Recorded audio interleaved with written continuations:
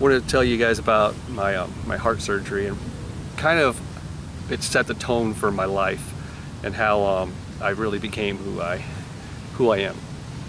When I was a little kid, keep in mind I was born in 1971, so when I'm like 6 or 7 years old, I remember there'd be times where I would feel real lightheaded, and I would sit down on the living room floor, lean up against the couch or whatever, and I could feel like I was like floating. I was like just like a weird spacey lightheadedness.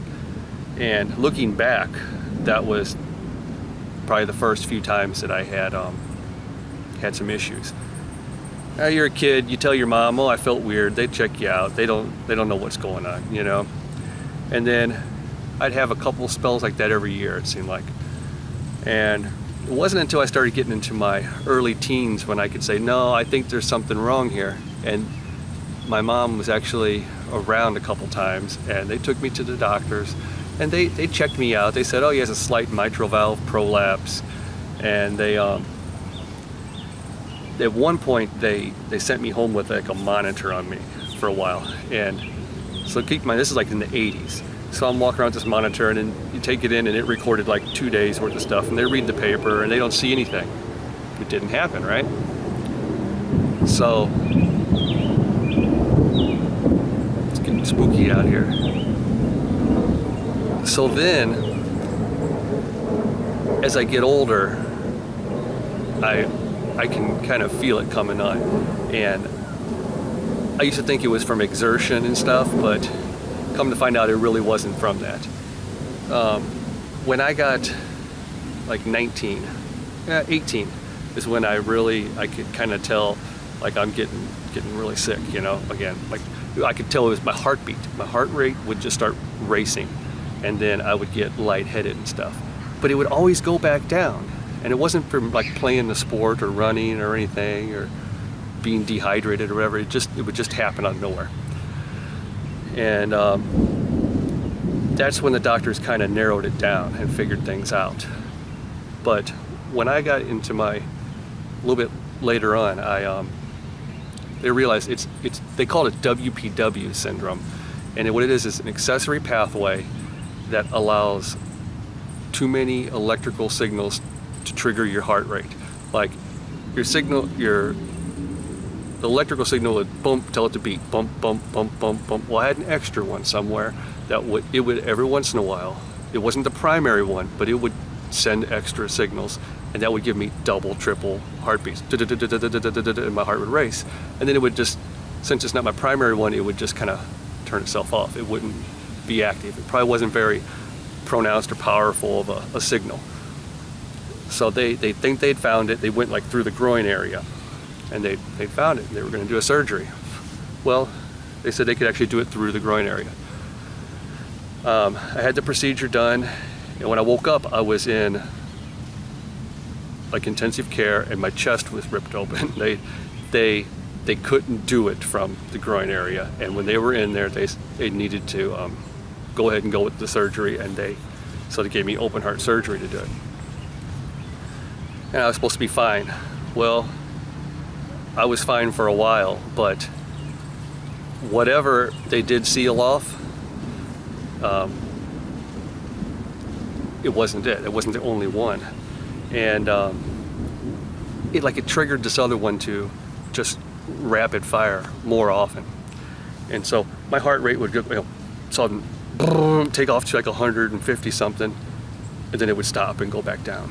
And then so it just kept going, and they went ahead and they had to figure out where this one was. And they said there's really no way they can figure it out without doing another open heart surgery, which they hated to do. But they couldn't give me medicine to regulate my heart rate because it was correct all the time. And so they were going to schedule this. And they were still trying to determine where it was, and it was like a few months down the line. Well, it clicked on me, and it just kept going and going and going. And like after like 4 hours, it hadn't gone away, and I was like, I didn't even want to go to the hospital or anything. I had been working I'm an adult, and I didn't have my parents' insurance and everything, and I had been sick and whatever, and so I had crappy jobs, didn't have insurance. I didn't want to go back to the doctor and all this stuff right then. And I had all these hospital bills, all right? I dealt with it all night long. And because it started right before I was going to bed. Halfway through the night, I went to the emergency room. They couldn't get it to stop. I told them what was going on. I was real lightheaded. They said they were surprised that I could walk. It was like 170 beats a minute or something crazy. And they gave me medicine and it wouldn't stop it. So they rushed me in an ambulance over to St. Louis, because I live on the Illinois side. And they took me to St. Louis University. And that's where this heart specialist was. And he came in, they did whatever they said. They're gonna have to do the open heart surgery. And they're going to find this and seal it off. Whatever the little signal is, they're going to, like freeze it, cut it, whatever. They're going to seal it off where it can't connect anymore. Woke up, breathing tube down my throat, all messed up. I had just started healing up from the last, having my sternum sawed open and ripped apart and put back together, and they had to do it again. All right. This doctor was very upset that he had to reopen such a fresh wound on me and all this stuff. And I'm in there, they're talking to me, I got a breathing tube in, and they're saying that they found it, it was embedded on the back side of the heart, and that they got me sealed up, everything's fine, and that there isn't anything else wrong with me. You're gonna be okay. You made it through the last surgery, you're gonna heal up from this one, and you're gonna have a good life. Well, I never got the breathing tube out of me before complications set in. What happened was my body started having infection, and it was horrible. Horrible infection set in. It was staph infection of the heart sac. Okay?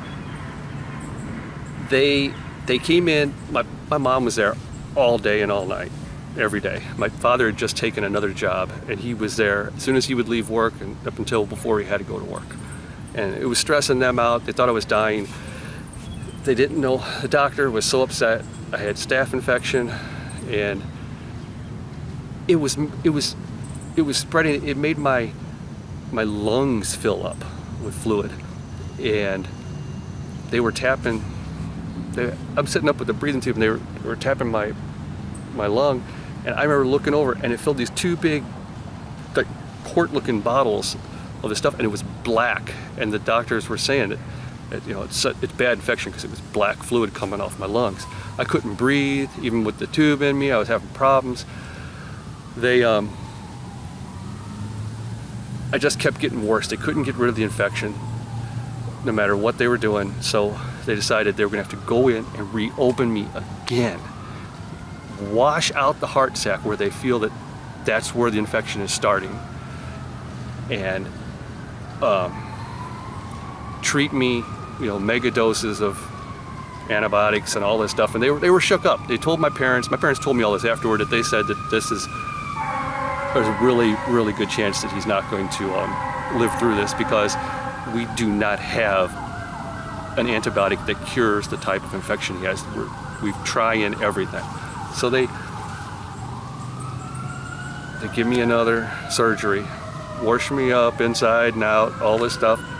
I'm laying in an ICU bed, breathing tube down me. I remember waking up, I guess I'd been out for a couple days, and they had my hands tied down so I couldn't screw myself up.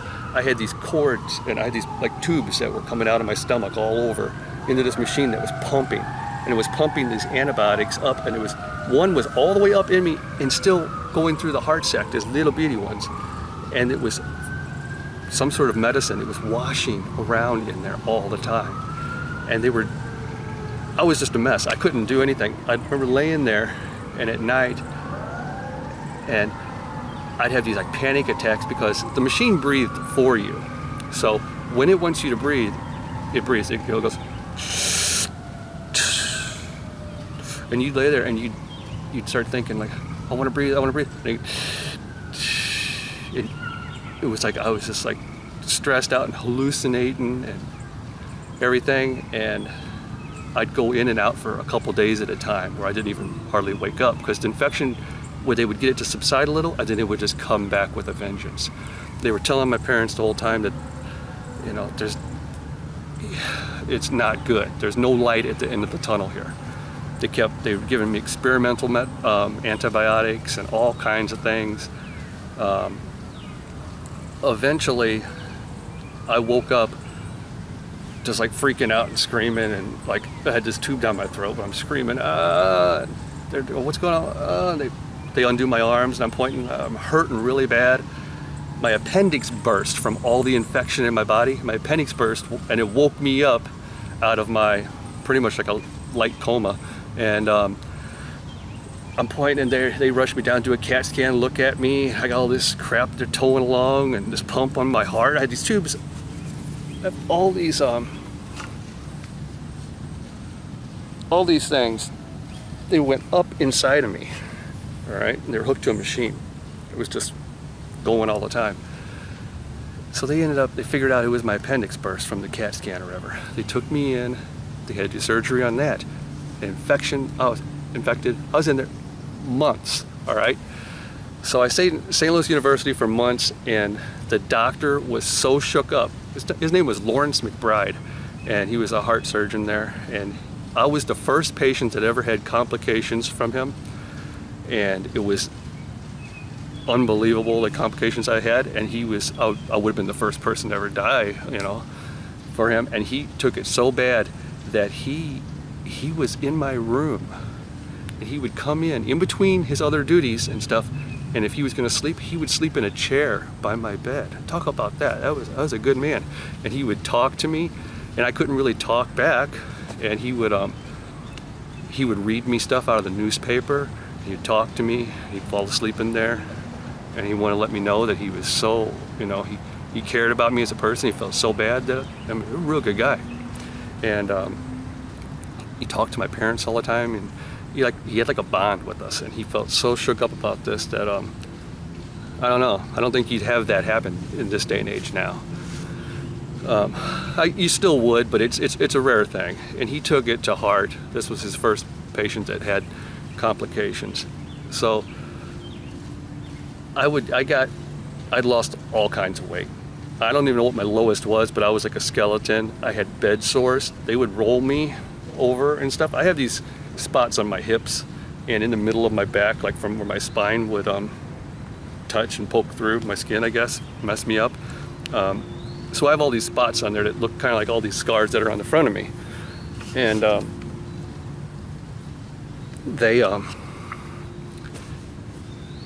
laid there so long, you know.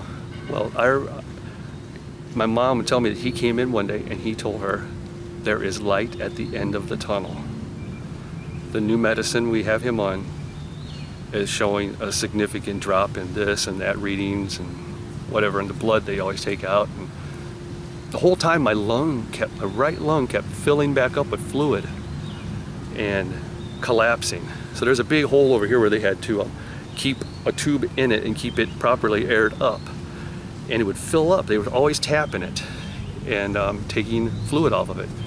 Eventually, they would be talking to me, and they would say, the fluid has changed colors. It's not black anymore. And they'd show me like yellow tinted. And then eventually it got clear. And eventually it stopped filling up. And I got the tube out of my throat. I remember when they took that out of me. They pulled it out. I gagged, and I had no idea, not talking so long, how screwed up I really was. My throat was like just a mess, and they watched me for days to make sure I could breathe correctly. And I was getting better, but I mean, I was like a skeleton laying in a bed. Still had these tubes hooked up, and it was still flushing stuff through me. And eventually they took that out first, but they had these drain tubes that were still there, making sure that all them holes they had in me were going to heal from the inside out. And they'd pull it back a little bit, you know, each day. Every couple of days they'd pull them back a little bit more, and I would heal from the inside out. They'd take those tubes out of me. And I was in there a long, long time. They had me in a room. It was made for 2 people, but they didn't have anybody else in there. And they allowed my Mom is asleep in the other bed by me. And I could look out the window and I could see this little park down there, like a little square park. And I was in there. I went in and there wasn't a leaf on the trees. It was cold out. And when I got out, it was the same way. I missed the whole summertime like you see behind me. And I watched this guy. He would rollerblade every day up to that park, and he'd rollerblade around it and do stuff, and he'd sit down at this table there, and he would take his rollerblades off and just like lay back on the bench, like what I would do if I laid on this bench right here. And he'd chill out, then he'd get up and he'd put his rollerblades back on and he'd take off. I thought, man, if I ever get out of here, I would be so happy just doing something like that. I just want to live a simple, happy life and learn how to rollerblade and go up to the park and sit on a park bench and take a nap and stuff like that. I just wanted to live, all right? It really changed my outlook on life. I wasn't crazy to begin with or anything. And, but you know, being a young guy, you think you're kind of invincible and stuff like that. Well, this really changed it for me. At that moment, all I wanted to do was live, and everybody around me was pulling for me to live. That I told myself I'm never going to do anything that's going to mess me up. And I'm never going to smoke, I'm never going to drink, I'm not going to do any drugs, I'm not going to live dangerously, I'm not going to be mean to anybody, because everybody was nice to me. And there was a lot of, you know, compassion towards me. And I could see where it made me want to go out and be like that towards other people. So that's kind of how I ended up spending the rest of my life recovering. When I left there, I was again 120 something pounds, but there was no muscle. I had to relearn how to walk. When I left out of there, they pushed me down in the wheelchair, and I had a walker I had to take with me. And I remember I couldn't get up the 4 steps into my parents' house whenever I was leaving. They each run each side of me and picked me up, put me on top of the step, and I shuffled in the house, sat on the couch, and that's where I was. And it took me years to get to the point where I could do anything. And eventually I did. I taught myself as an adult, you know, how to like rollerblade, and then that led eventually years down the line into wanting to go ice skating and playing some little pickup hockeys and stuff like that. I just lived a peaceful life, and I wasn't too worried about anything. I was just happy to be alive. I had a whole new outlook on life, and it stayed with me forever. It's still there. I do have this sense though of like I want to be big and strong now. Like I didn't really care for a long time, but I want to be big and strong now, because if you get sick really bad and you go and you're 150 pounds and you go through some of that, you might die. All of a sudden, you're 90 pounds, you know. You lose 50 pounds in the hospital, and you're starting at 150 pounds. Then you're going to have some problems. So that started a couple years ago, where I just wanted to be bigger and stronger and more healthy. But yeah, that was something. My you know, the thing is my mom stayed there the whole time, and it took a lot out of her worrying about me. It took like mentally, and when I got out, and by the time I started getting healthy and trying to learn how to ice skate and rollerblade and have some fun again and enjoy life and do things, ride my bike, she started getting sick. And I stayed at home with her and my father and lived there until she passed away. And that's a whole nother video, and that one will make me cry. So I'm not sure if I want to do that one anytime soon. But after dealing with what I did, getting myself healthy, my mom's sickness setting in, and watching her take her final breath there, right by her side, holding her hand, it's what kind of made me who I am. So I'm going to stop this now though.